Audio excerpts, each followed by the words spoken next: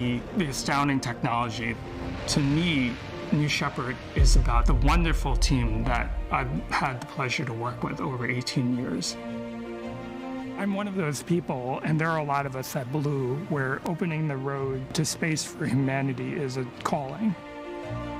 As humans, our grandest accomplishments happen because we are explorers by our fundamental nature. There is such a grand space and universe out there with so many resources and so many things to explore.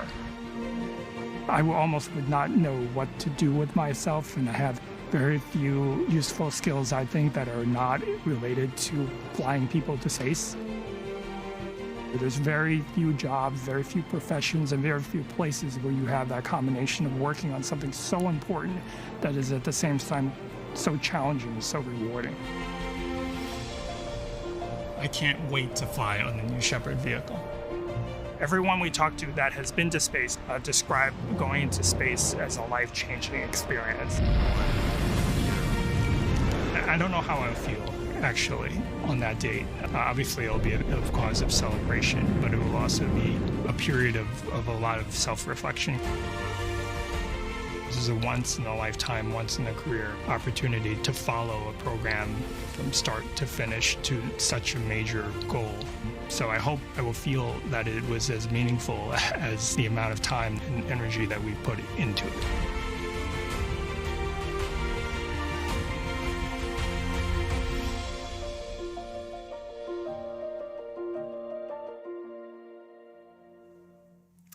It is safe to say all of us at Team Blue are so excited to fly Gary live. Fly Gary live. Hashtag fly Gary live. That's right. We're thrilled for Gary today. Words truly cannot describe it, and I am absolutely thrilled to say Gary is currently climbing the launch tower in the bottom right of your screen. If meeting Gary is any indication, we're passionate about doing meaningful, historic work here at Blue Origin. Come join Gary, Eddie, myself, and the rest of us here at Team Blue. We're quickly growing across the country. We have offices and factories in Washington, Florida, Texas, Alabama, Washington, D.C., and California. We've recently expanded to Colorado, Virginia, and Arizona. Big initiatives require the best and the brightest, like Gary Lai, like Jackie, like you. Come work with the smartest people on the planet, solving the most interesting challenges as we build a road to space. Encourage you to visit our website for more details. And as we see our astronauts ascend the tower, let's take a moment to discuss some of the things each astronaut will fly with today. Jim Kitchen is carrying his 10 passports with him. The one with the Ukraine stamp will be in the pocket closest to his heart. He's also carrying a Ukraine flag and an American flag. Marty will be bringing a 10-foot by 6-foot American flag made to fit exactly inside his flight bag. He'll be hanging this flag in his front yard when he returns home from space, to be Marty's neighbor. Sharon will be bringing challenge coins from her STEAM-focused nonprofit, Space Kids Global. Marc will be bringing a small stuffed drum from Purdue University, his alma mater. Marc actually used to play drums in the Purdue marching band. And fun fact, Eddie, Purdue is home to the world's largest drum. I did not know that, but boiler up. Dr. George Nield will be bringing numerous patches and other artifacts from his storied aerospace career, as well as his Air Force Academy badge. And one of the things Gary Lai is bringing with him is a first edition copy of the book, From the Earth to the Moon.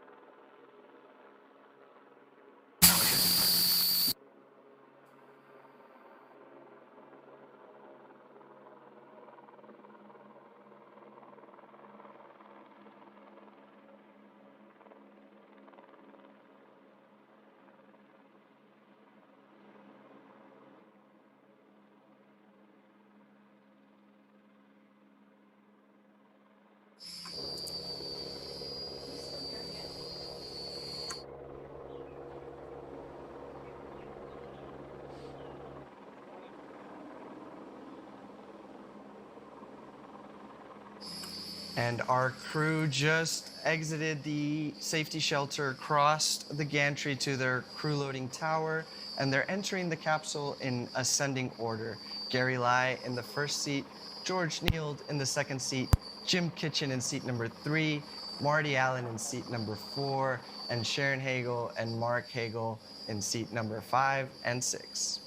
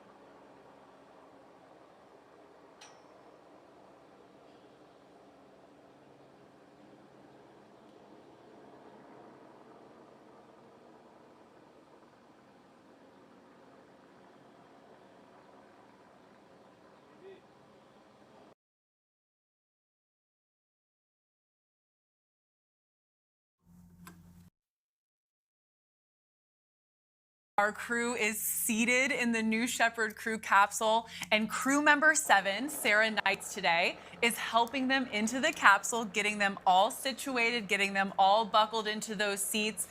But Eddie, they've been down here in West Texas for a few days. Yeah. They're very well practiced in buckling those seatbelts. Tell us a little bit about astronaut training. Yeah, no, our astronauts arrive a few days before their launch, and they learn everything about the New Shepard system. They practice harnessing their buckles, getting into their seats, getting out of their seats, what the correct microgravity etiquette is, and it's just an incredible experience. Can you imagine going through that experience with the architect of New Shepard, Gary Lai? I truly can't. I mean, talk about subject matter expertise. I also, it was so funny, I was thinking about Kevin and Sarah training Gary Lai to go on this experience. The architect of New Shepard, Gary Lai. He's actually right there on the left when you're peering into the open hatch here. Just so thrilled. It's unbelievable to see Gary in that seat. Absolutely. And what an experience for our astronauts to train with Gary, to hear the stories and the context and behind the whys of how New Shepard is today, and of course about our vision and this inspiring mission that Gary has undertaken now for over 18 years. That's perseverance, it's diligence, it's determination. He's designed, he's built, he's tested, and today he's flying New Shepard. We said it before, #FlyGaryLye. Shortly coming up here is the hatch closure. So at this point, our tower crew and our crew member 7 are doing those final preparations. Let's check in on that.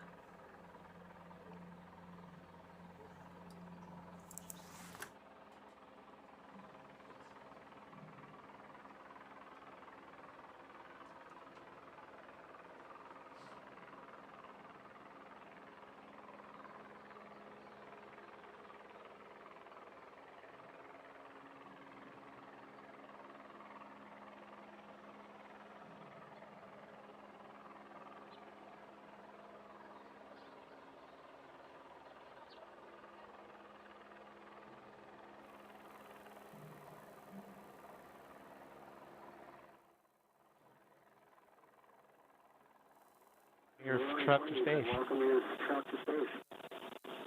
We're going to get started with astronaut contact. Astronaut Lie, how do you read? Astronaut Lie, how do you read? No control, astronaut Lie, loud and clear. Astronaut Nield, how do you read? Astronaut Nield, how do you read? Nield, loud and clear. Astronaut Marco, how do you read? Astronaut Marco, how do you read? Polo, loud and clear. Astronaut Marty, how do you read? Astronaut Marty, how do you read? Astronaut Marty, all is good. Astronaut Space Cadet, how do you read? Space Cadet, how do you read? Astronaut March, how do you read? Astronaut March, how do you read? Astronaut March, stay okay. All right, Blue Patrol has all astronauts loud and clear. Astronauts loud and clear.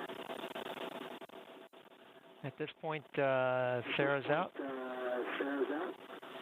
You're going to see Felix for a moment, and then we'll be getting into...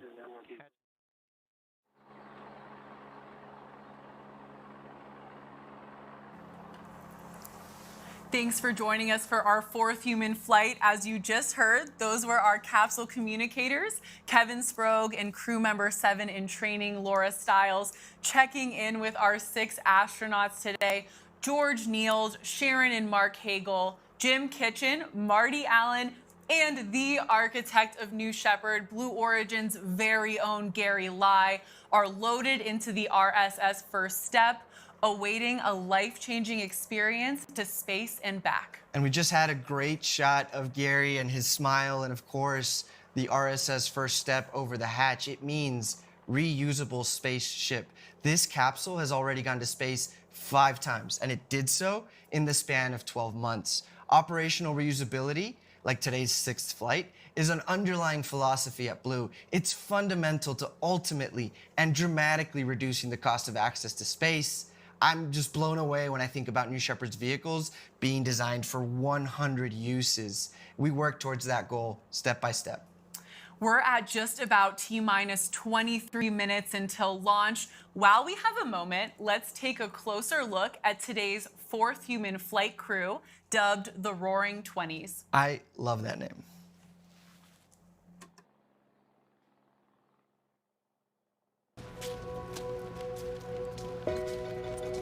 I've really been interested in space since I was a child. Used to cut out articles in the newspaper about the space chimps and the Mercury astronauts. One of my earliest childhood memories was watching an Apollo launch off the coast of Florida, and it was amazing. I wanted to be an astronaut. What order do you fasten your I've been working on New Shepard from the very beginning. I've been involved in every single aspect of the design and production of the vehicles. I used to parachute jump, and I liked the adrenaline rush that you get. And this has got to be off the charts. Our family has always thought we've been crazy because we do some high experience things. And I think by the time we got to this one, there was a little bit of acceptance that that's who they are, and there's not a whole lot we can say about it. Having been to all 193 countries and to To be able to go to space and see this borderless planet, I think is so meaningful, especially given all that the world is going through right now. I think space is really our future. This is so exciting because we're on the edge of a new generation, a new frontier. We must explore and understand the universe, and especially our local solar system. This is a new era of the unbelievable, where a teacher from North Carolina gets to go to space. The day of the launch, when that rocket gets in and you start feeling the power of it, I don't even know what I'm going to think. Looking out the window and seeing the black sky and the curvature of the Earth is really going to be special. Here I am with this opportunity of a lifetime, and it's just amazing. To be able to fly with this crew, and including Gary Lai, who's had such a major role in creating New Shepard, is just very special to me. Where are you guys going? Space! Yeah, let's fly.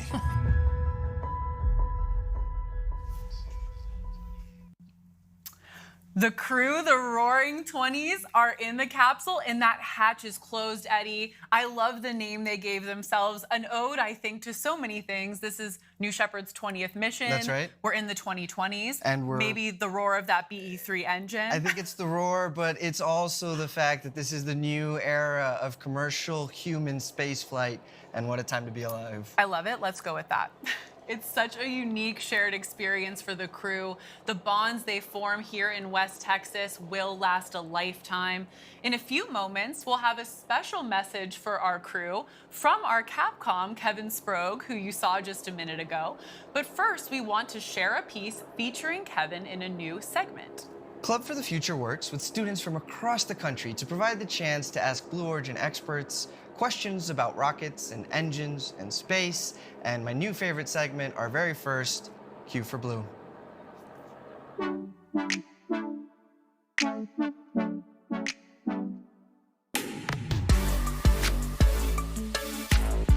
Hi, my name is Hazia Puga. I go to SEAM Academy and I'm from Lexington, Kentucky. Right now in physics, I am studying gravitational energy and mass versus weight. My question is, what is the speed of the capsule on re-entry with and without the parachute? Thank you. This is a great question because it really shows you the effect of our atmosphere on a spacecraft. The descent phase of flight starts at the very top of the capsule's ascent, called apogee, which happens around 350,000 feet. At this point, the capsule comes to a momentary complete stop and then begins to fall back to Earth, accelerating the entire way, reaching speeds of over 2,000 miles an hour, more than 3 times the speed of sound. Once the capsule re-enters the atmosphere, its wide, flat-bottom shape causes drag. The capsule keeps falling at about 250 miles per hour until the moment the parachutes are deployed. Once that happens, the capsule speed drops to an easy 16 miles an hour, and our soft landing system activates just before touchdown to give the astronauts a nice, gentle landing.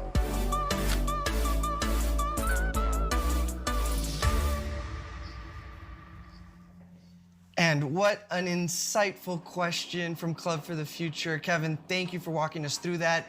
Safe to say, Jackie, that we'll be able to live that right now. We'll see it live, and we'll be able to apply everything we've learned as it's happening real time. That's right, Eddie, and we're just about 18 and a half minutes away from that moment. Let's take a quick breather. We'll be right back.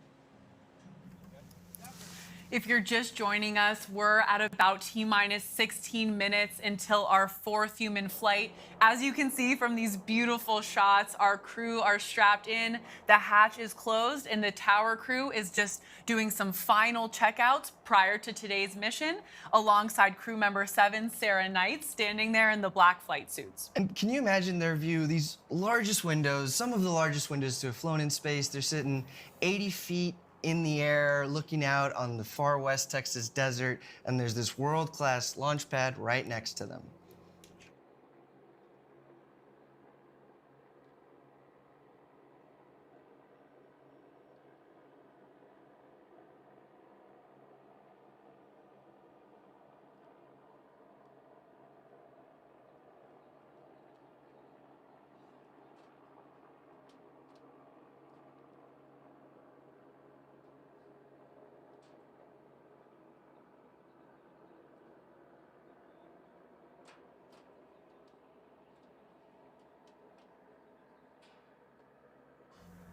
Crew member 7, Sarah Knight, waving to the crew as she departs the tower. I think I saw a thumbs up.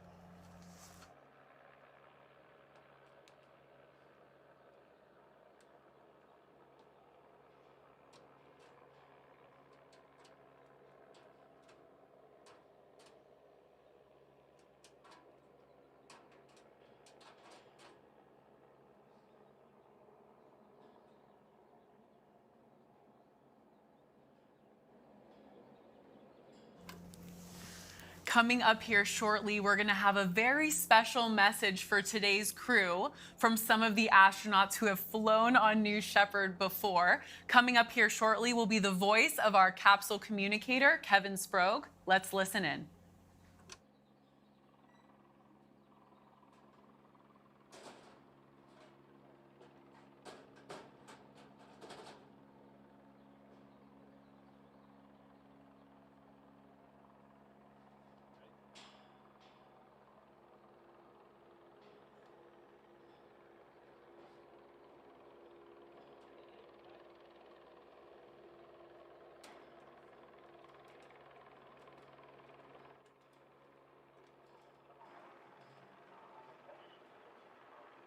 Crew, the NS-19 crew, who called themselves the Original Six, and they wanted to wish you well, the Roaring 20s, on your flight to space.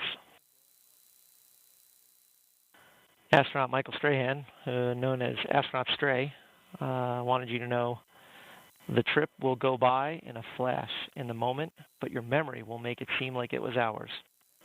Let your senses take over. Enjoy the ride. Take it all in, and don't forget to look out the window. Astronaut Weezer, Laura Shepard Churchley, wanted you to know you are confident to go because you have had the best training for this magnificent experience. The force you feel on launch is like being in the fastest car you've ever been in, and the pressure on your chest is great, but endurable. Weightlessness is heavenly. The 6 Gs you feel on the way back home are thrilling because you won't ever feel that amount of pressure on your body again in your life. Try lifting your arms off the armrest when you're under 6G. This is the best ride you will ever have, but it's way too short. Have a blast.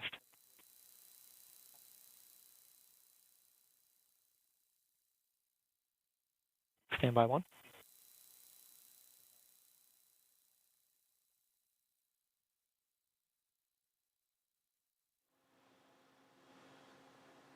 First step, blue control. We're getting ready to go escape enabled. Look for that blue light.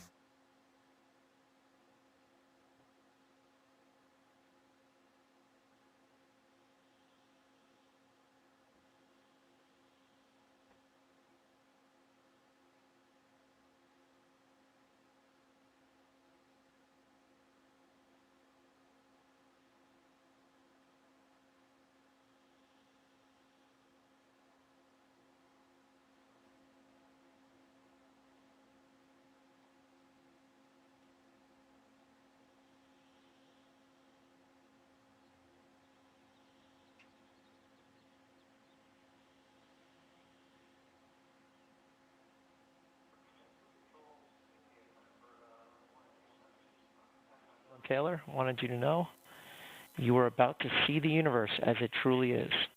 Thoroughly enjoy the experience, and then take this gift of perspective to help make a better world for all of humanity.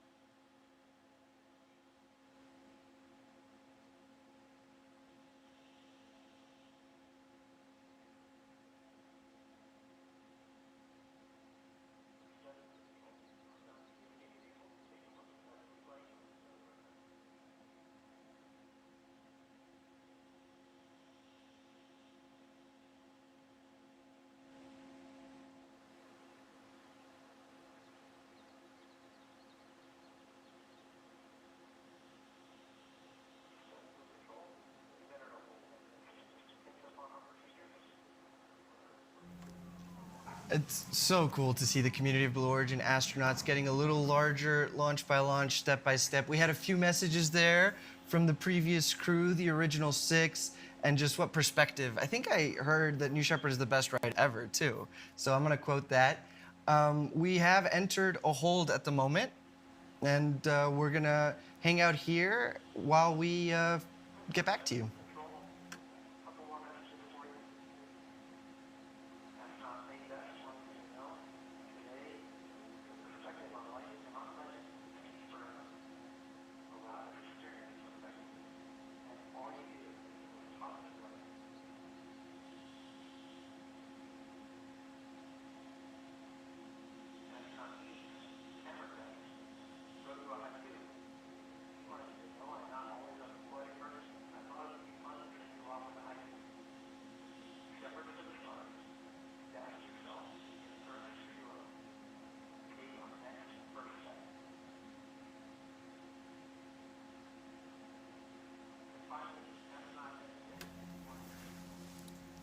Thank you for joining us for our 4th human flight.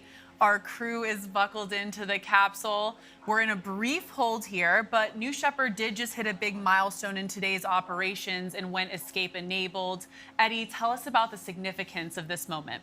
That's right, Jackie. Escape enabled is a pivotal moment in our flight preparation. Earlier, we talked about the full envelope escape system that we've thoroughly tested here in West Texas, all the way from the launch pad to max Q to near apogee escapes. So this system enables our mission assurance today. And so they've got a lot of roomy space in the capsule, 15 cubic meters to float around, but they will be protected the entire time by this escape system. Of course, safety is at the center of everything we do here at Blue Origin. We'll be right back.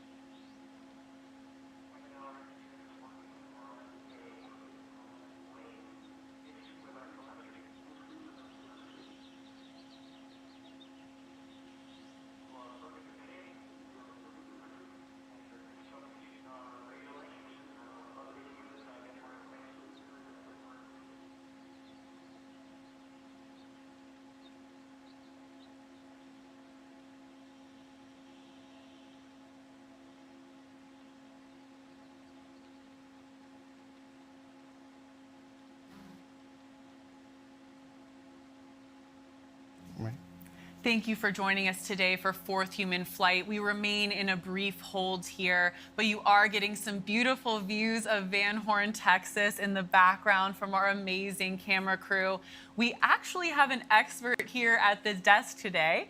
Eddie lived in Van Horn and worked at Launch Site 1 for a large part of his career at Blue Origin, many years. Eddie, tell us about your time at Launch Site 1, living in Van Horn in this amazing and special community. Yeah, no, thank you, Jackie. I've been so lucky to have started my career here at Blue Origin at our West Texas Launch Site 1, working on the West Texas test stands.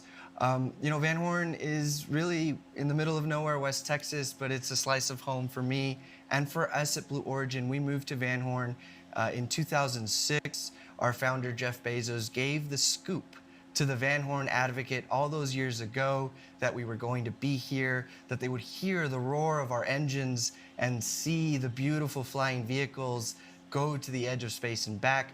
Now that operation has changed since 2006. We've grown a lot. We're over 300 employees, and we've launched 19 times, going on 20, and we continue to test the BE-3 engine, the BE-3 propulsion module, the BE-3U engine for New Glenn, and of course the BE-4 engine for Vulcan, for New Glenn. And it's an incredible operation. Our team here has a dream job. They design, they build, they test, they push those systems to the limit, and then they learn. And it's part of the reason that we're able to today with certainty say that we believe and are proud of our mission assurance that this BE-3 engine and this New Shepard system will keep our astronauts safe on this incredible ride to space. Van Horn is truly such a special place. Every time we're here, we love seeing the signs of support for Blue Origin. The community here is truly unmatched. Absolutely, and I'm so proud of the employees that have helped and have gotten involved in the community and have really helped Van Horn grow up with us. And that's super important because this is our home. So special. Thank you for those special memories and insights, Eddie. We remain in a brief hold here, so let's check out more of those beautiful West Texas views, and we'll be right back.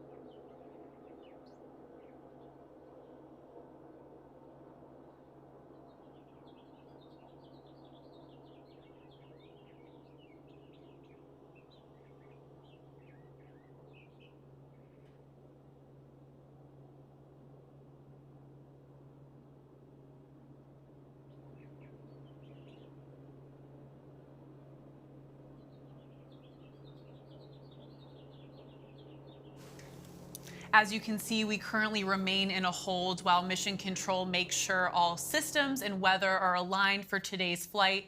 But while we have a moment, let's talk about how our learnings from the BE-3 engine flying today on New Shepard are carried forward into the BE-3U program.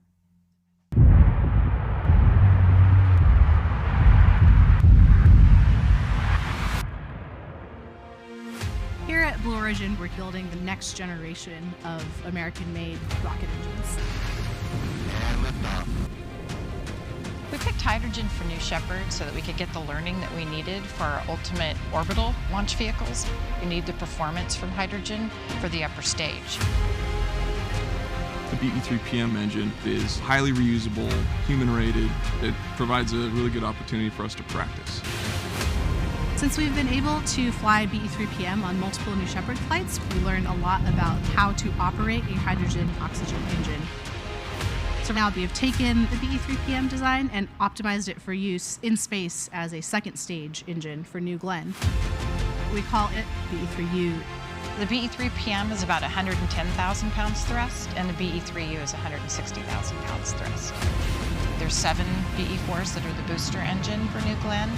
The BE-3U engine is the upper stage engine, so at about 200,000 feet of altitude, it lights off and takes the payload into orbit.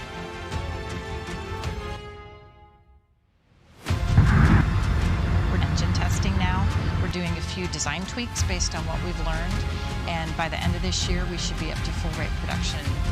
It is just an exhilarating feeling to watch all of our hard work come together and see that engine actually come to life. One of the reasons I came to Blue after a career of doing engines is just the numbers of engines we're doing.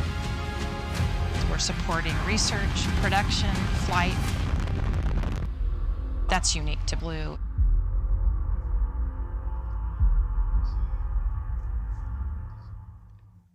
I thoroughly enjoyed all of those shots of our West Texas test stands. You know, Jackie, when I first moved to West Texas, I started on the BE-3 engine test stand. We call it the Geeks test stand, the Giant Engine Experiment test stand. And it's a prolific test stand that tests both the BE-3PM version and the BE-3U upper stage version. For a little over 10 years now, that test stand has been testing full-scale BE-3 engines. They've ratcheted up 1,000 different hot fires and over 100,000 seconds of test. So when I say it's prolific, it's because they test day in and day out. Our propulsion test operations here at Blue Origin are just truly incredible. I'm always inspired by what the team can accomplish out here in West Texas, down in Huntsville, Alabama. Truly impressive and inspiring stuff. Very excited soon here too to see our test stand 4670 at Marshall Space Flight Center. That historic test stand tested the Saturn V that flew America to the moon. So privileged to be leasing that from NASA Marshall to test the BE-4 and the BE-3U engines. And what a story for 4670. In the 60s, like you said, it was used to test the Saturn V rocket. And then in the 80s, they did a little bit of space shuttle main engine testing. In the 90s, that test stand actually tested the Russian rocket, the RD-180. And then it went into a little bit of a pause, did some SLS testing.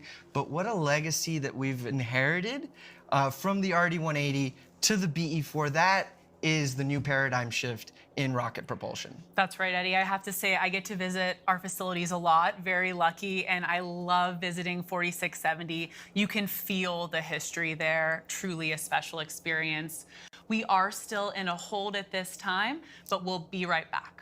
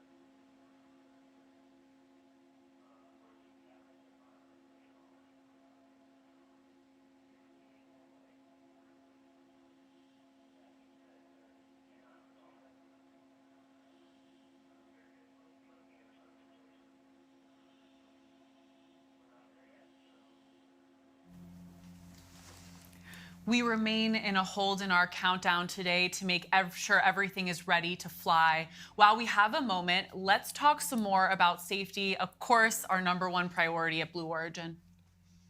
All in all, Jackie, safety drives everything we do at Blue Origin. There's nobody on Team Blue who does a better job of elegantly communicating this than Blue Origin's Director of System Safety Engineering, Andrew Lake. Andrew, you have such an important role at Blue Origin.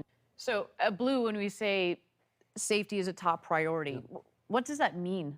Yeah, it's interesting, this idea of safety as a priority. And there are a lot of ways to think about this, but I see safety more as a core value that you build a business around. And a business like what we were thinking about for New Shepard and what Blue is doing in general is animated around this idea of safe and reliable systems. So New Shepard went through this extensive test program, right? And we flew for, 5-6 years before we put people on board.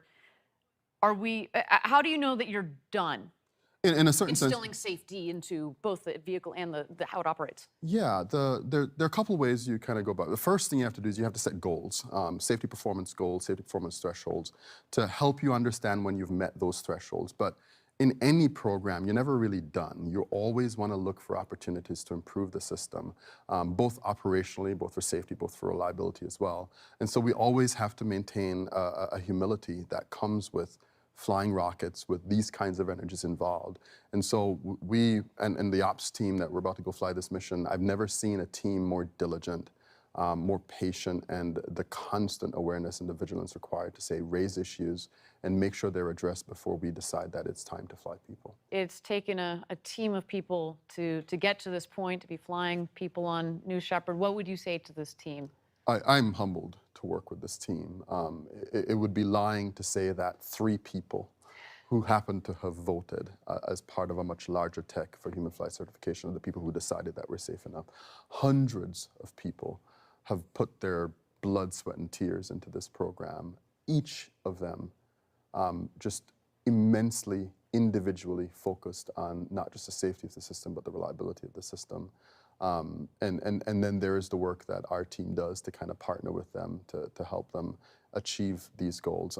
I am immensely grateful for the opportunity to work with them, and I'm humbled to have an opportunity to kind of lead the safety mission assurance efforts with this team. Well, tell me this. Would you fly a New Shepard? I would, and let me just say this. Yeah. There are a lot of people at Blue that would be excited to fly New Shepard, and I'm happy to count myself as one of them. It's a fantastic system. It's a very robust system. And yeah, if I ever had the opportunity to fly, I'll wink a little bit at the folks making these decisions. I would be super excited. Fantastic. Well, I hope we get to go one day. Absolutely. Thanks, Andrew. Thank you. Thank you, Andrew Lake, for that incredible discussion of New Shepard's safety systems with backups and backup to the backups, and even in some cases, backup to the backup to the backup. We are still in a hold, as you can see from the screen, so we're going to enjoy some shots of the New Shepard rocket in the West Texas desert.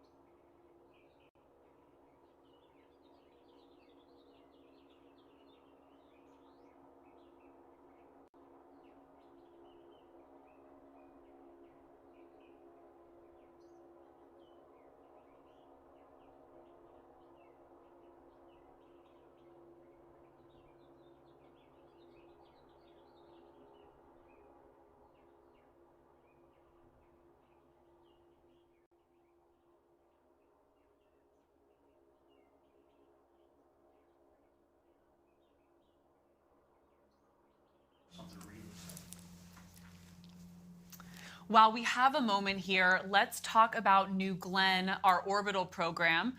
Recently, we performed an incredible separation test on the world's largest fairing for our New Glenn rocket.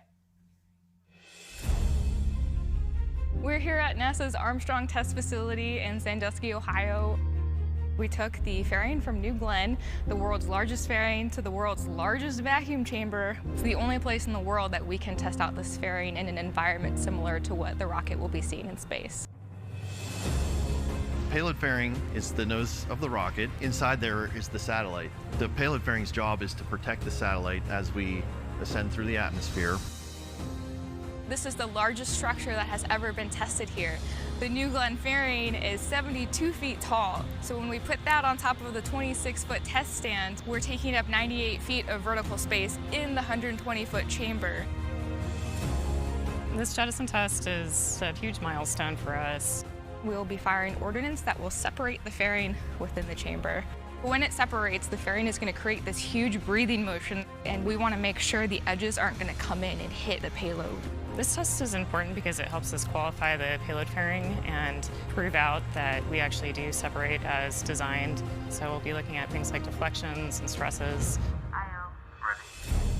We have done a lot of component level verification. This is really the culmination of putting all those things together. All cameras are up and awaiting trigger. And it's going to all happen in a split second. Firing in 3, 2, 1, fire.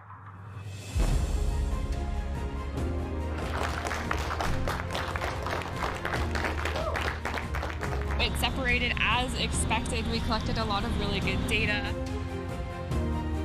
After this first shot, we're going to test again. And once that is successful, we say, yes, the fairing is good to go.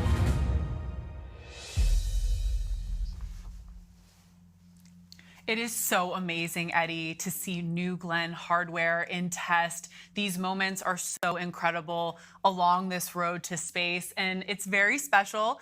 I'm going to say something nerdy and lame, Eddie. It's very special to be testing New Glenn at NASA Glenn. That's right. We love that. We do remain in a hold here to make sure all systems are go for today's launch, but we'll be right back.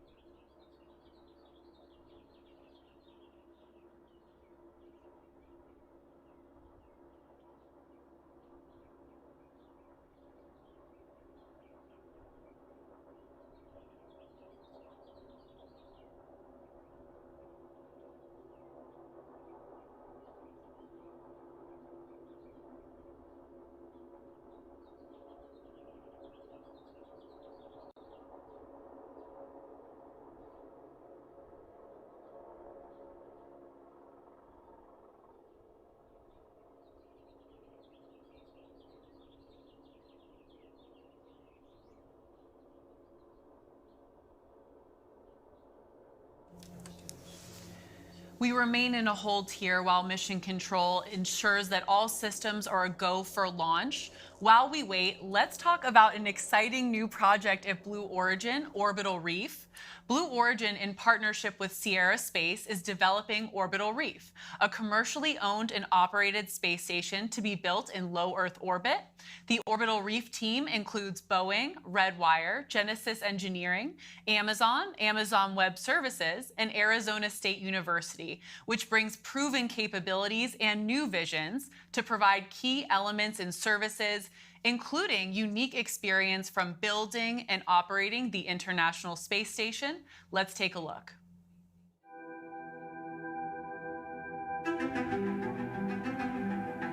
There have been dreams for a very long time of robust commercial activities in space with growing populations and so forth. Now we have access to systems that cost less to launch and land, and we now understand how to build destination systems that last for a long time. It's the commercial world in which advanced capabilities get normalized and become a part of everyday life. Orbital Reef is a full-fledged commercial space station. Think of it as a village. Think of it as many different organizations and people in their own parts of Orbital Reef doing their own activities, where all types of companies can come together and do research and/or production, and also provide opportunities for tourists to come and just experience what space is like. It's an ecosystem that will allow ideas to grow, to germinate, whole new fields and areas of economic arena, new science that we can't even imagine now. Orbital Reef starts with two strategic partners, Blue Origin and Sierra Space. These two together have the fundamental elements that give us both transportation of cargo and crew and the destination system essentials. In addition, we have a set of expert teammates, which includes Boeing, who will be developing our research module. We'll be providing crew and cargo transportation with the Starliner, and when the Orbital Reef is operational, we'll provide all of the operations and maintenance necessary to sustain the Orbital Reef. Genesis, who are developing the single-person spacecraft for suitless extravehicular activity. ASU is going to bring together this international group of 14 universities to work with Orbital Reef on the ethics and guidelines of research, on how we can bring to bear all of our expertise. And Redwire, who provide in-space manufacturing. Leveraging the microgravity environment to push new science, new discoveries, and new commercial applications. We're working very hard to make sure that Orbital Reef is not just for the entities that have had access to space so far. It's intended to be humanity's footprint in Earth orbit, and that means all the nations and companies and peoples of the world. I think that Orbital Reef offers us an opportunity at this point in history to really approach the next frontier as humans and to expand beyond the surface of the planet. Maybe there's a company that wants to manufacture materials in space. Maybe there's a school that wants to send an experiment up. Maybe there's a nation that's ready to send someone into low Earth orbit to inspire their entire nation.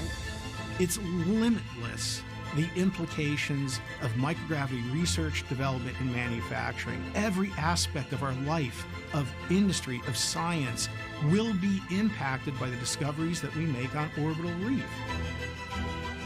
This unique environment that's only a couple of hundred miles away from us is both transformative and accessible. It's incredibly exciting.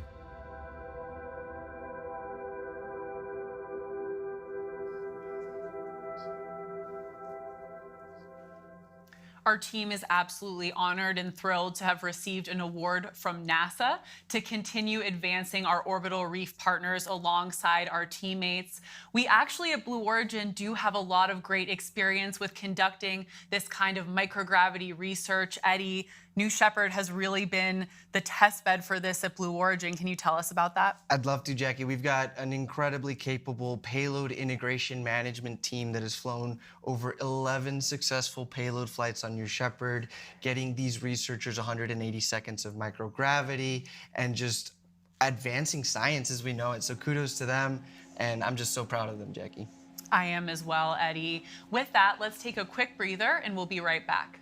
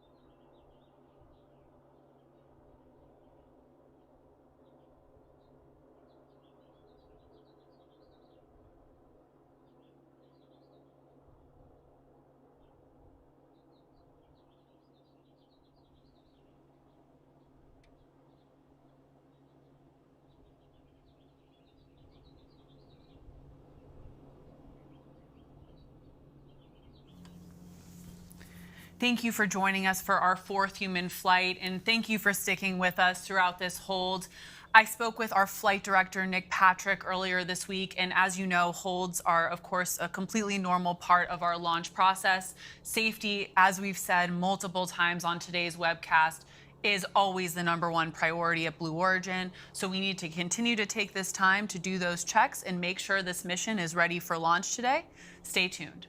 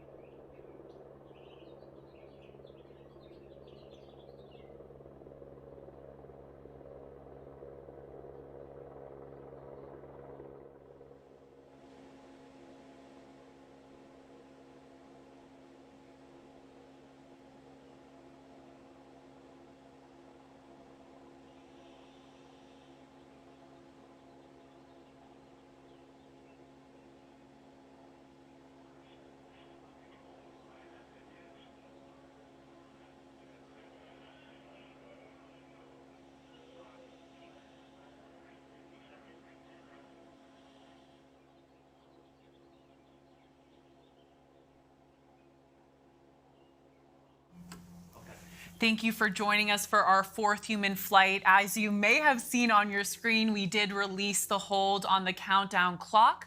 We're at T-minus 9 minutes and 30 seconds until our 4th human flight. Let's toss it to the rocket and stand by for mission control.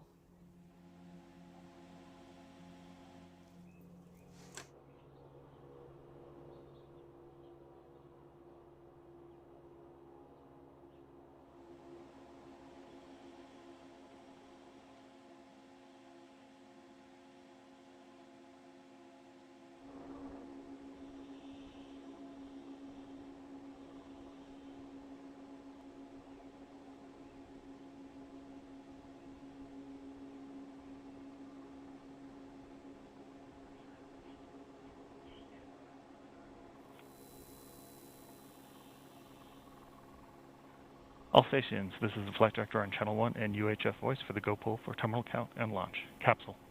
Go. Booster. Go. Ground. Go. Safety. Capcom. Go. Engineering. Go. Copy, all goes. This is flight director. New Shepard is go for launch. Booster, commence the terminal count. We'll go flight. As you just heard, we are go for launch for our 4th human flight. We're so excited for the Roaring 20s crew. Let's take a moment and take in the sights and sounds from Launch Site 1 as the minutes tick down on the launch clock here in West Texas.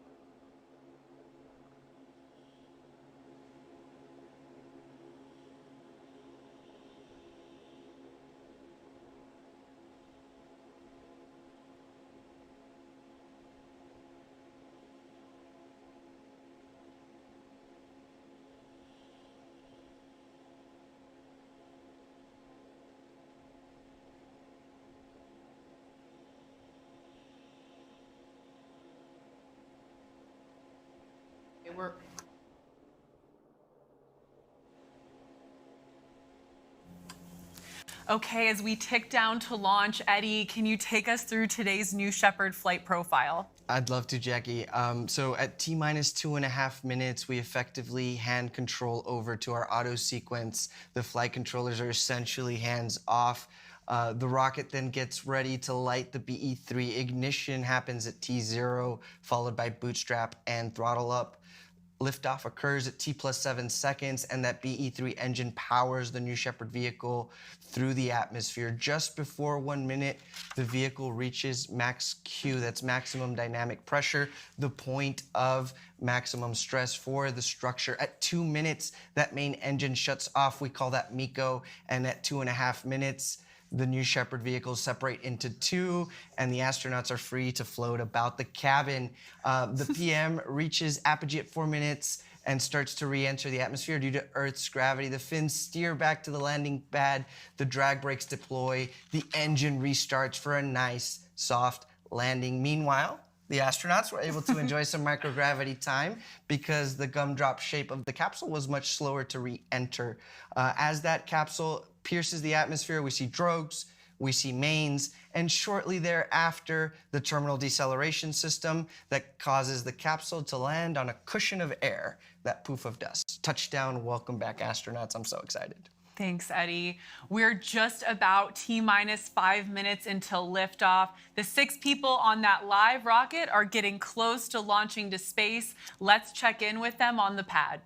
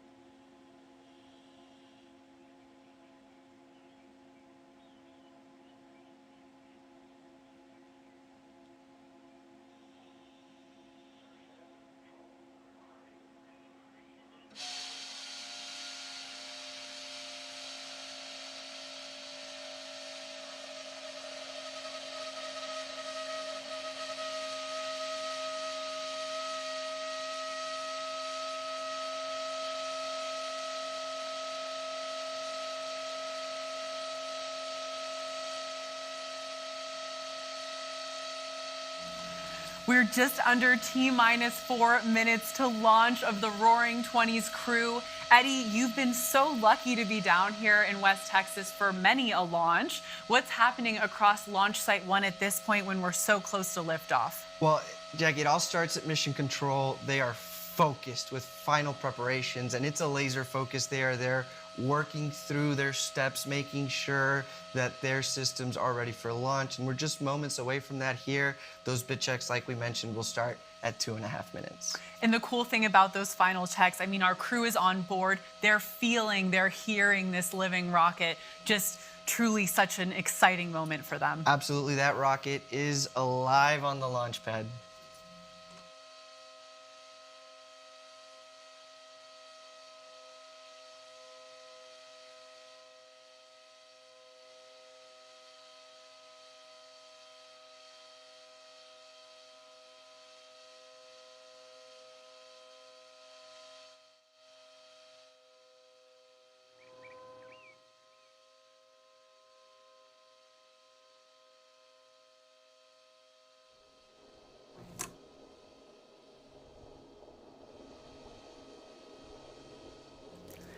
Thank you for joining us. As you've noticed, we've just entered what we expect to be a very brief hold here, just a few minutes. Stay tuned.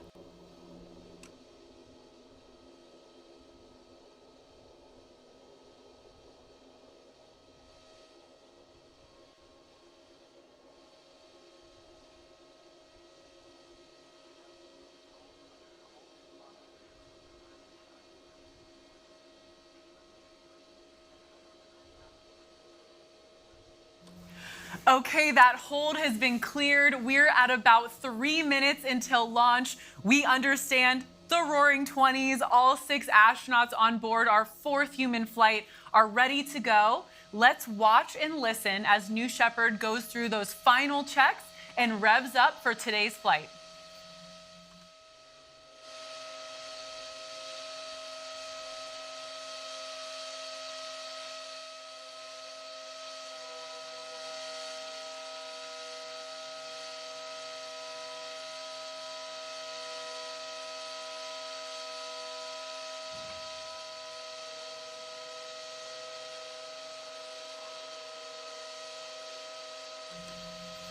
And Jackie, as we mentioned, we've now entered auto sequence, so this rocket is going to automatically prep itself for launch. I can't wait to see what shows on our screen as the rocket prepares for liftoff.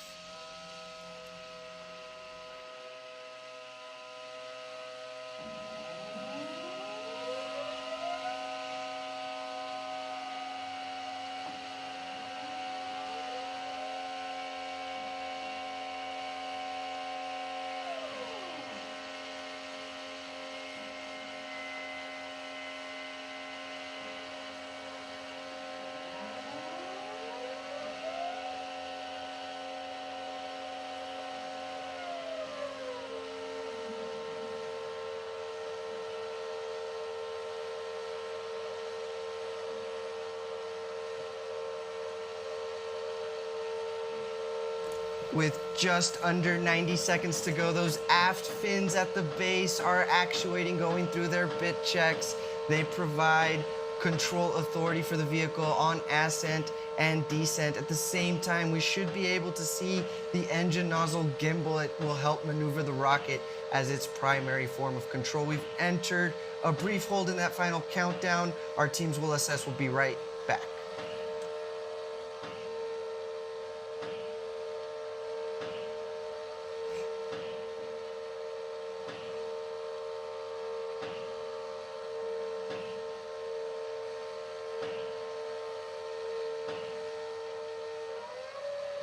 That hold has been released. We're at about T-minus 1 minute to liftoff.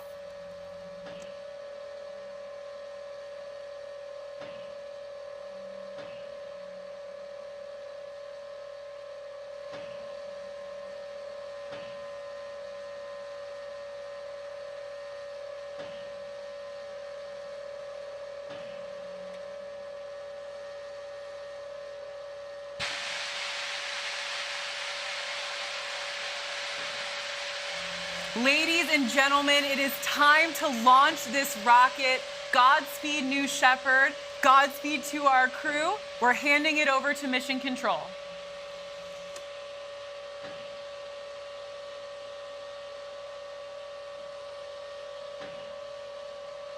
T-minus 10, 9, 8, 7, 6, 5, 4. Command engine start. 2, 1, 0. Ignition.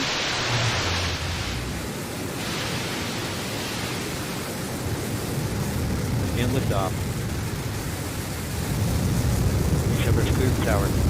And liftoff. Mission Control has confirmed New Shepard has cleared the tower and is on its way to space with our 4th human flight crew. Godspeed, New Shepard. Godspeed, the Roaring 20s. Enjoy this ride. You can see on the lower left-hand side of your screen, we are gaining speed as New Shepard lifts off towards space.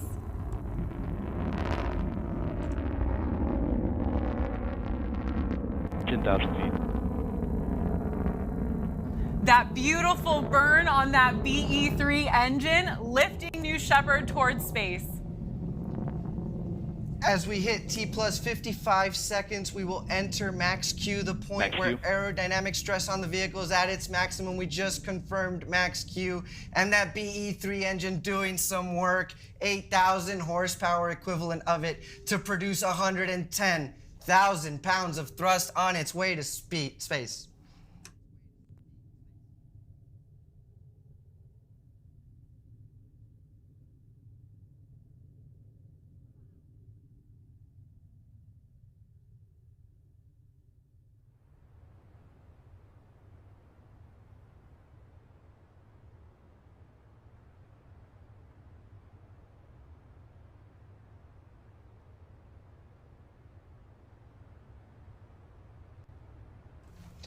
We have a beautiful shot of the BE-3 engine there and its colorless exhaust. That's what happens when you mix liquid hydrogen and liquid oxygen. That is steam powering the rocket all the way up to the top. Here in 20 seconds, the BE-3 will throttle back, shut down, and will reach main engine cutoff. Stay tuned.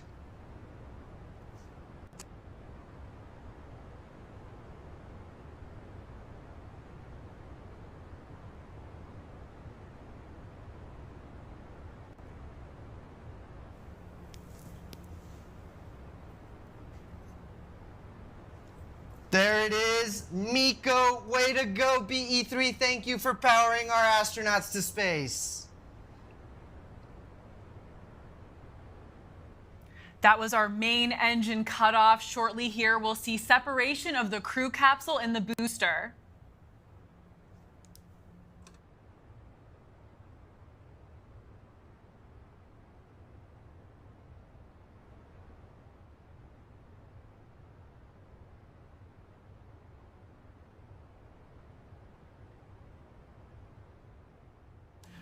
At this point, our Capcom Kevin Sprague will momentarily cue the astronauts to unbuckle their harnesses and start floating around the capsule. Welcome to Zero Gravity, Gary Lai and crew of the Roaring 20s.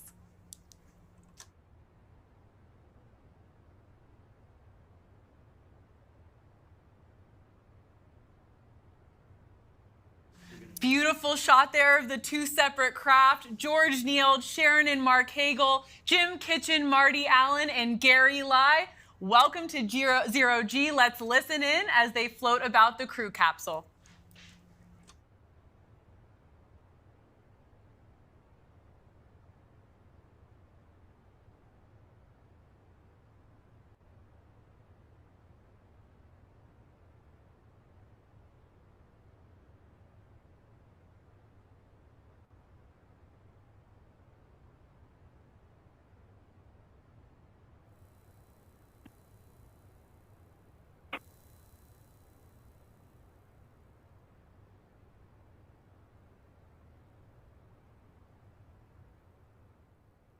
What? What? All right.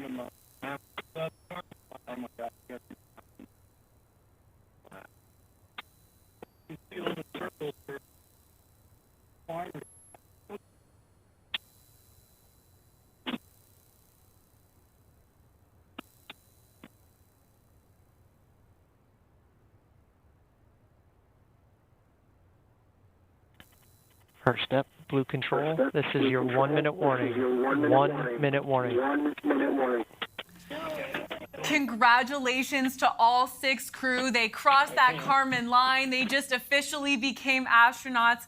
Absolutely outstanding. You heard that audio online from Kevin Sprague, our capsule communicator, telling our crew, I'm sure they're having an amazing time up there, but they have to start getting ready to buckle back in.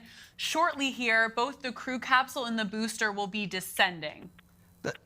That's right, Jackie. So unofficial numbers, but we saw an apogee of 351,000 feet. So definitely well into the Kármán line, well into space. Congratulations, astronauts. The rocket is now reaching, this is the booster portion of New Shepard, is reaching its atmospheric pierce point. It's returning from space. Those control surfaces, those wedge fins, those actuated aft fins are now starting to have a little bit of air resistance to push against.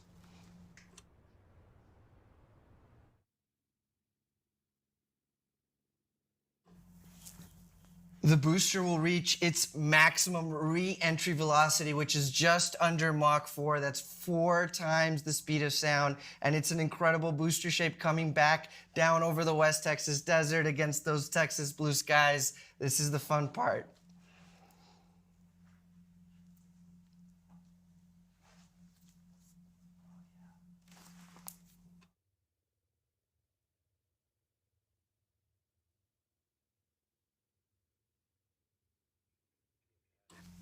The wedge fins, the steering fins, the ring fin, all earning their keep at this point. Really doing some work to bring that propulsion module over the landing pad. What an incredible sight out there. Here shortly, we'll see the air brakes deploy that will cut the velocity of the booster in half. There it is. This is a critical step in slowing the vehicle down before the BE-3 engine is reignited for the final portion of the descent. We had a sonic boom. Man, was that incredible. I love hearing that sound. And the BE-3 engine relights for the final portion of the descent.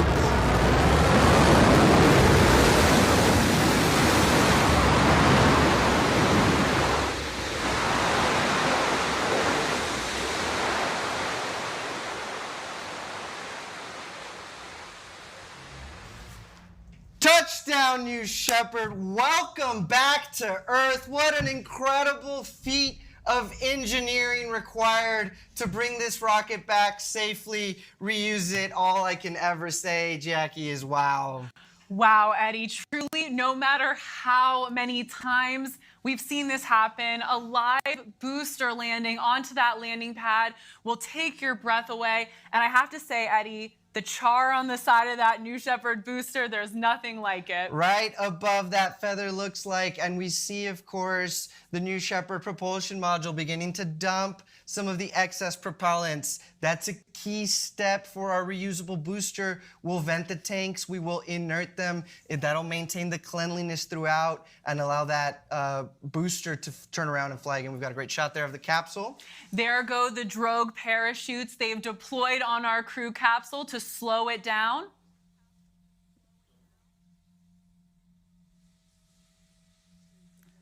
And there go those main parachutes. Those 3 mains will slowly inflate to help slow down the return of the crew capsule.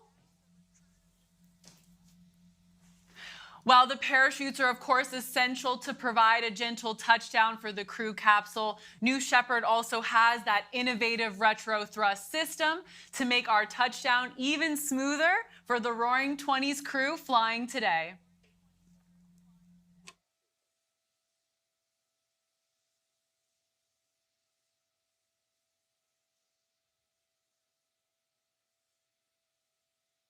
From the blackness of space to the beautiful West Texas desert, our crew is getting an experience right now.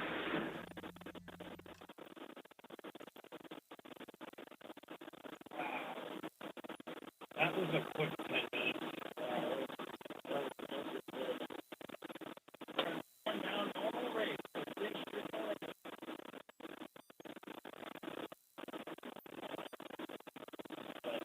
Get ready for the ground rush.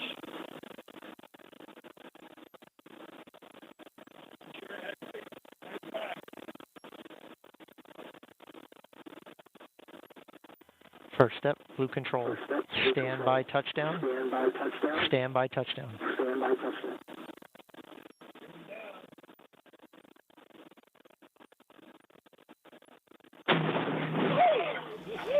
Woo! Crew capsule touchdown.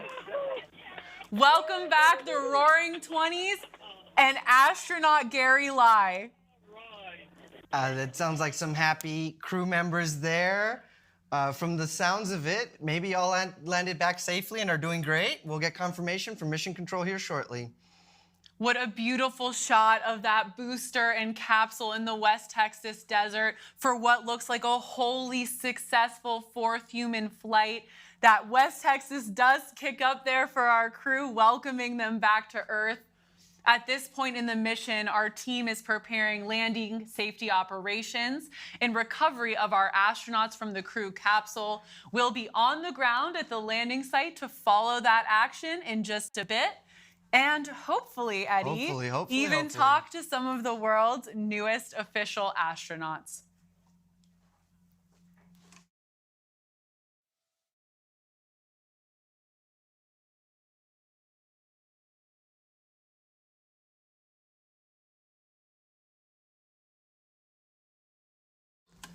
Waves from our crew members looking great back here on Earth through those beautiful windows on New Shepard. And live footage of 2 reusable spacecraft next to each other. What an accomplishment. Congratulations, Roaring 20s. Congratulations, Team Blue. What a day today. Just a truly incredible moment. Our astronauts have returned home safely. Our crew team is on the way out to recover them from the capsule. Wow. What a day. As we've mentioned, it appears to be a safe launch and landing, so absolutely kudos, congratulations to the mission team and Mission Control for really pushing through it, staying determined on that long-term vision of flying people to space today.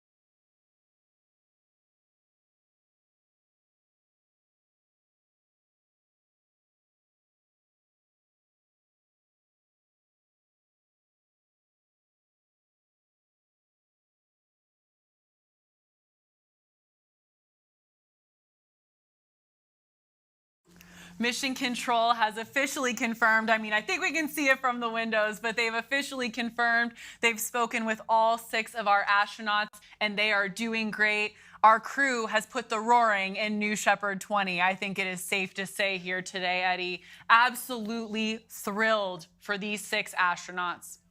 And we've got just incredible shot right now of the desert, the mountains in the back, the blue skies. I can't wait to hear from these astronauts. What will they have to say about their experience today?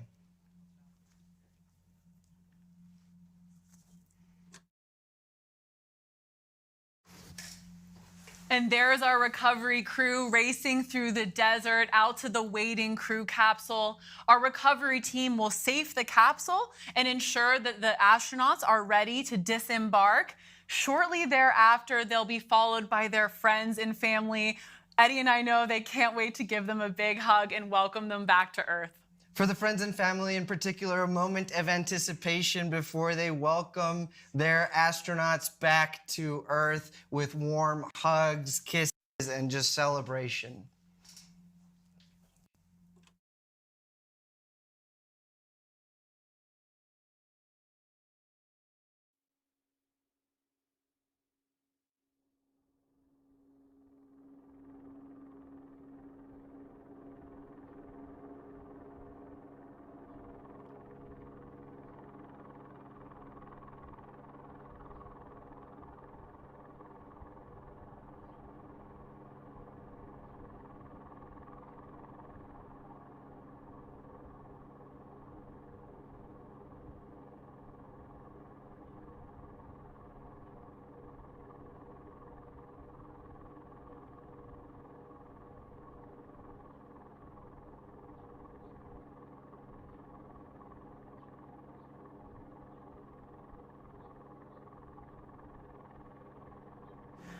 Thank you for joining us for what was a successful fourth human flight. Our recovery team has arrived on site. Stay tuned here because hopefully we'll be able to again hear from some of our crew members about these amazing experiences. Stay tuned.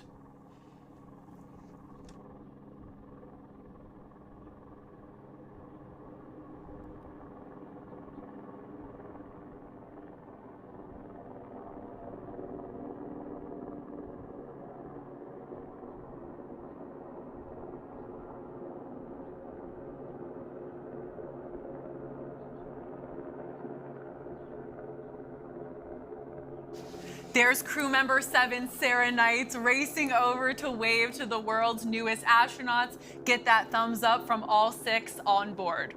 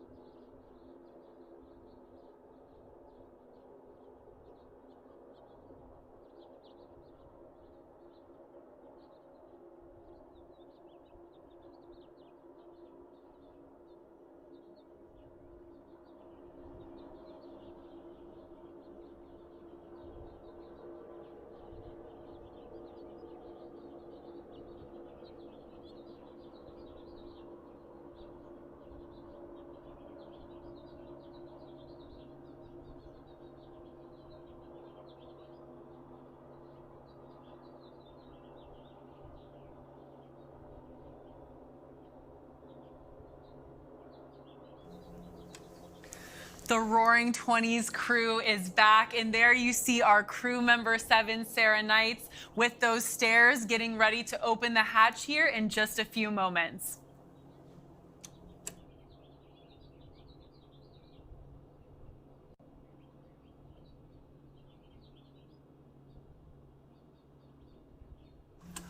Beautiful shot there of our crew with their ride in the background, venting the propellants like Eddie mentioned just a few minutes ago. And we see the vehicles approaching the crew capsule. That's going to be friends and family. And hopefully, as we said, we'll get a few words from our newly minted astronauts.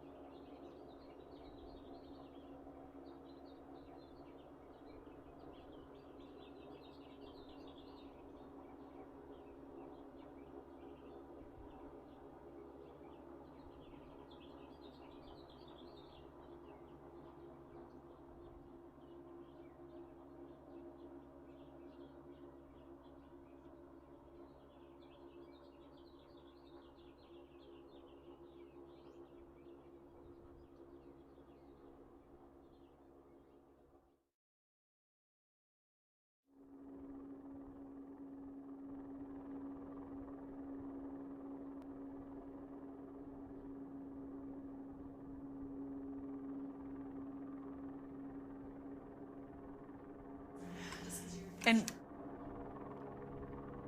we'd be remiss to not mention huge kudos to our crew member 7, Sarah Knights, down there about to open the hatch.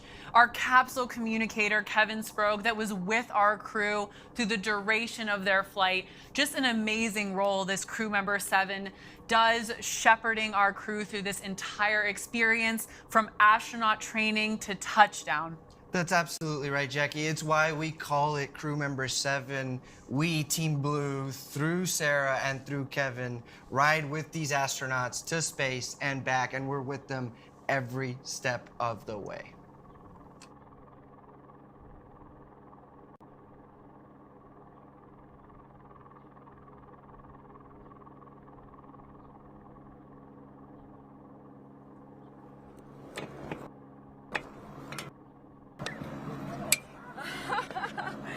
Welcome back to Earth, astronauts!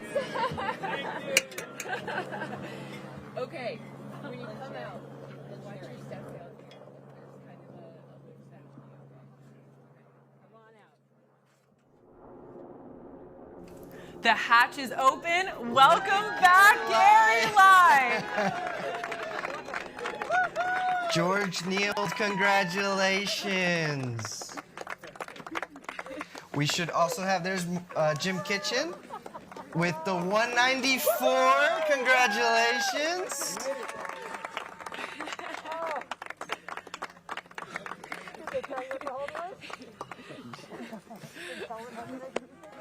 Thank you, Marty Allen, for riding to space today. As we promised, allergies did not hold Marty back today. And there's Miss Sharon Hagle with the fist pump. Congratulations.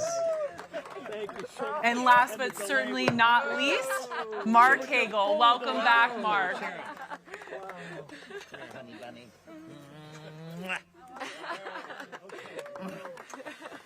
Camera's over here.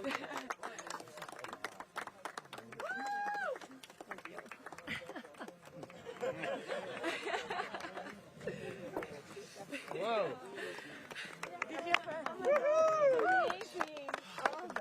Wow. It's the most beautiful thing I've ever seen. You loved it? Oh, you've got, I want you to do it. You're next. I'm going back. It was very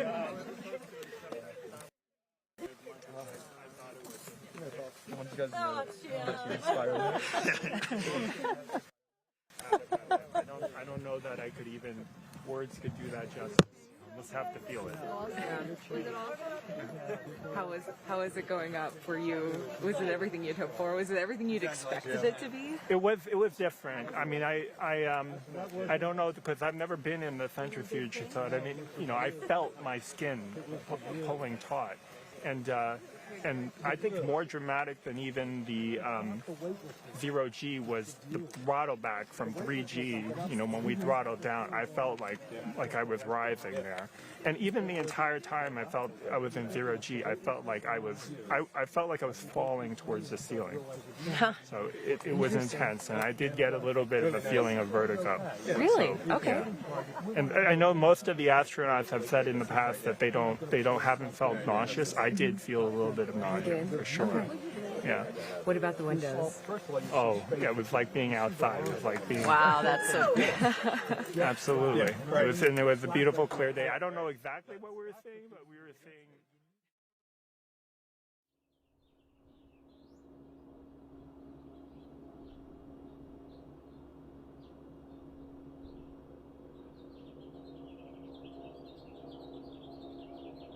I'm so overcome. Thank you very much. Thank you for Team Blue. Thank you for this opportunity. I will never forget it. Thank you.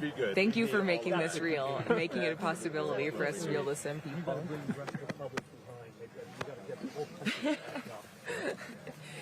It happened. I was worried there. 45-minute hold. We were only supposed to have a 30-minute hold, and then we scrubbed.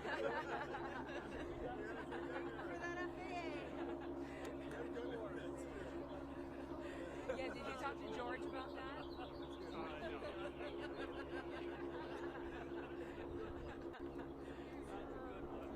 It was Texas Hold'em. Yeah, that was a good line. Thank you. Do you want me to put this on? Jim, show me what do you have here? Yeah, this is we were joking 193 in space. It was scary on the line. What is 193? 193 is the countries that I visited. I brought all of my passports with me, representing all of the countries in the world, and this was pushing that final boundary, going to space. And let me tell you, that was an out-of-body experience. I was thinking that on the way up, you're going 2,300 miles an hour, and you feel every bit of that, and then you get time stops. It's like this moment in time where you see this beautiful Earth and the blackness of the universe. It's the blackest black I had ever seen, and I said that it's like that is an eternal black. It is a dark black, and it is just breathtaking. And wow, I don't know. That was a moment. That was a moment, and. You know, connecting with humanity all around the world, seeing that big, beautiful.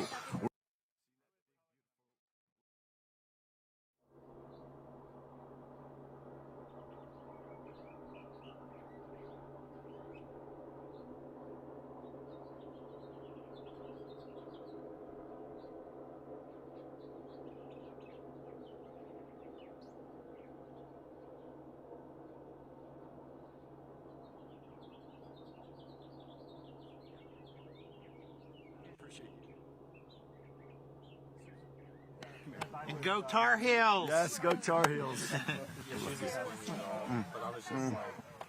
Reaching for the right. Yeah, right. Here's your hat. Yeah, here. I'll hold it. You got this. Okay. All right. I love you. Amazing words from their incredible experience. So special to hear from our crew.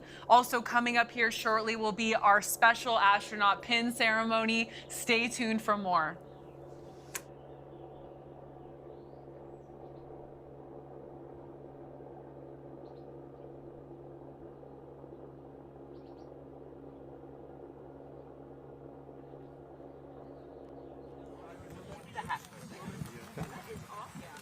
Come on.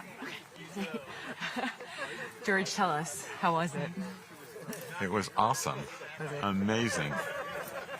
You cannot be put into words. As soon as we got above 100,000 feet, you saw the sky getting darker, and when it turned to pitch black, it was just gorgeous. The pictures don't do it justice. So between the black sky and the curvature of the Earth, and then having the freedom of floating around and upside down, just an amazing trip. Just thrill of a lifetime. That's fantastic. So it was everything that you had hoped for And in more. your entire career fighting for this, right? Wow. Yeah. Here we are, letting more people go to space, and wow, they're going to like it when they try it.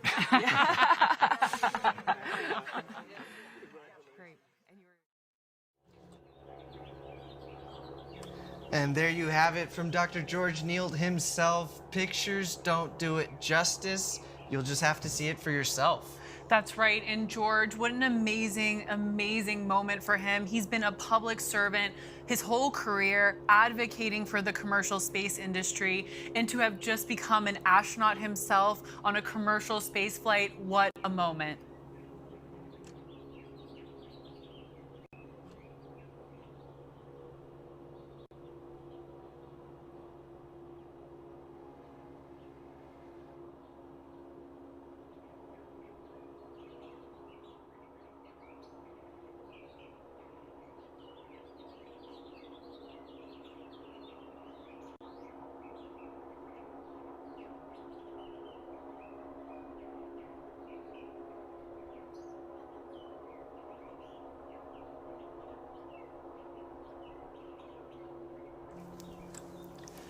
We're getting set up right now for that special astronaut pinning ceremony. Can't wait to see this crew get their wings.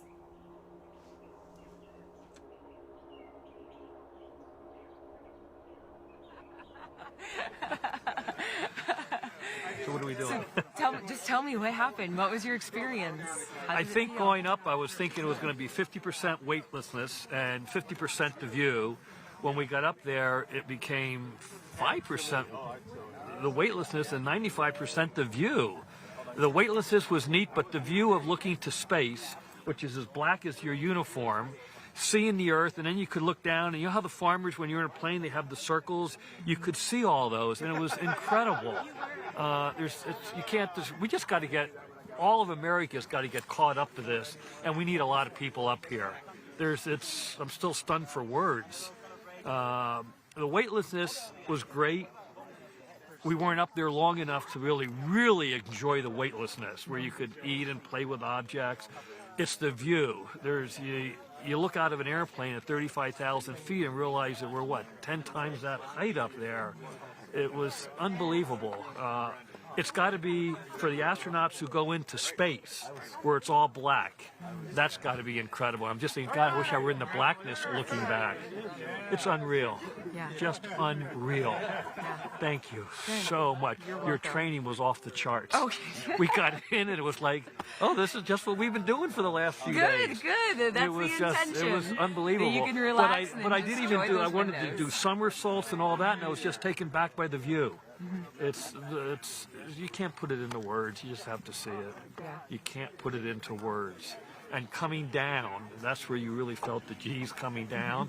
When we separated, the capsule almost felt like it was starting to fall right then. You know, that feeling. And then you just realize you're there and you can't describe it. Yeah. It's just unbelievable. Anyway, Awesome. That's it. Cut! Thanks, Marty.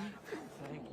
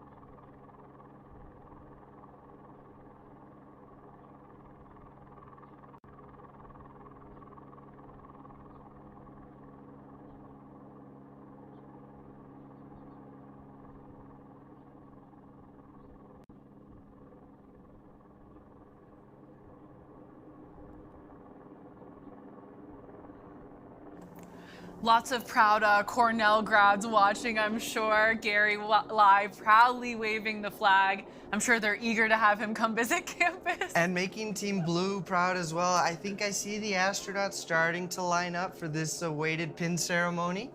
What an exciting time. And to hear from the astronauts just like we wanted to, and the reflections, I'm sure, over time will grow more and more beautiful. Down here, please. Oh, we can do it, yeah. We can do it. Maybe right. Exactly. Yeah. Good thought. Yeah, take off. I'll step back. Yeah. Okay, thank you. Yep. Ready to start. Yep. Get them in the pinning. It's cold out here. Brisk.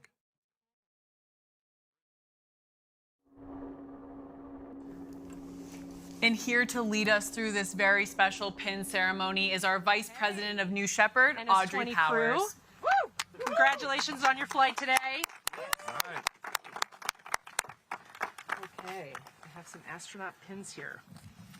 George, you have dedicated an entire career to progressing this industry, and I am so, so honored to be part of the team that flew you to space and helped you become an astronaut. Thank you. On behalf of an entire industry, thank you very much for your work, and congratulations. Thank you, George! Here.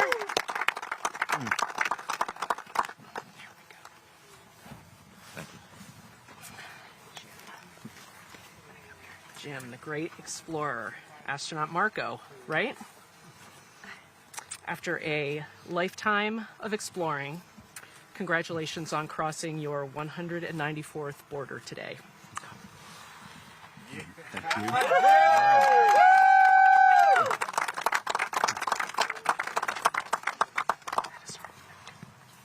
Thanks.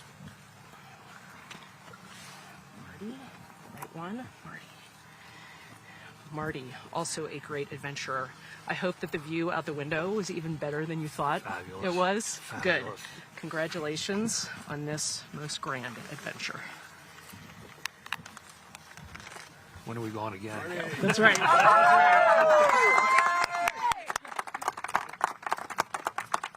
Sharon, you've inspired so many children and you've done so much work to inspire our next generation of space explorers. Thank you very much for all the work you do with our next generation, and congratulations. They're making cry. Thank you. You deserve it. You deserve to cry a little bit.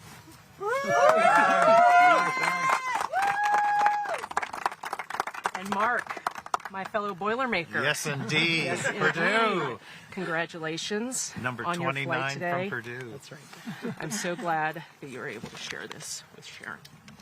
Thank you. There you are.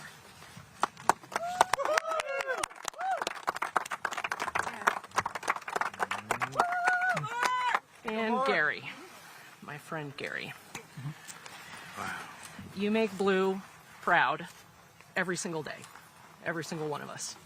You are our colleague, you are our mentor, you are our friend. And without you, none of this is possible. On behalf of a deeply, deeply grateful Team Blue, congratulations and thank you. Thank you.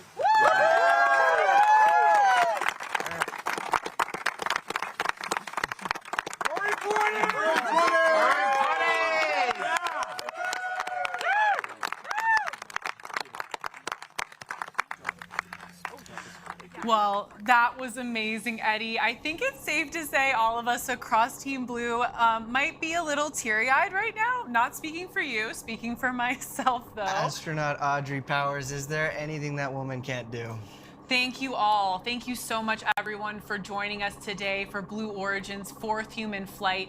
A huge and very special thank you to our customers, George, Nield, Sharon and Marc Hagle, Jim Kitchen, and Marty Allen. Well, customers and now astronauts. If you're interested in purchasing your seat on a future rocket ride to space and back, it starts by visiting blueorigin.com and clicking Fly to Space. Eddie, thank you so much for sharing the desk with me today and adding your invaluable perspective from your vast experience here at Blue Origin. Anytime, Jackie. It was an honor. This was so much fun, and I'm so proud of everybody on Team Blue. The road to space is being built, and we took another big step today. If you're interested in joining our extraordinary team, please visit our careers page on the website. And if you'd like to commemorate today's launch, we have mission patches, swag, and so much more. I'm Jackie Cortez. For Eddie Seyfert and everybody here at Blue Origin, thank you again for joining us, and until our next mission, Gradatum Ferociter.